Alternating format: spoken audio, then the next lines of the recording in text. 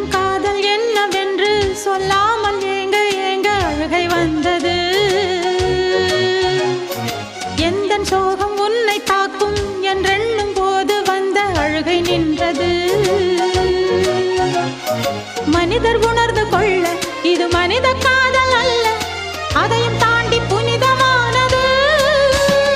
அபிராமியே தாலாட்டும் சாமியே நான் தானே தெரியுமா? சிவகாமியே சிவனில் நீயும் பாதியே அதுவும் உனக்கு புரியுமா? சுபலாலி லாலியே லாலி லாலியே அபிராமி லாலியே லாலி லாலியே அபிராமியே தாலாட்டும் சாமியே நான் தானே தெரியுமா?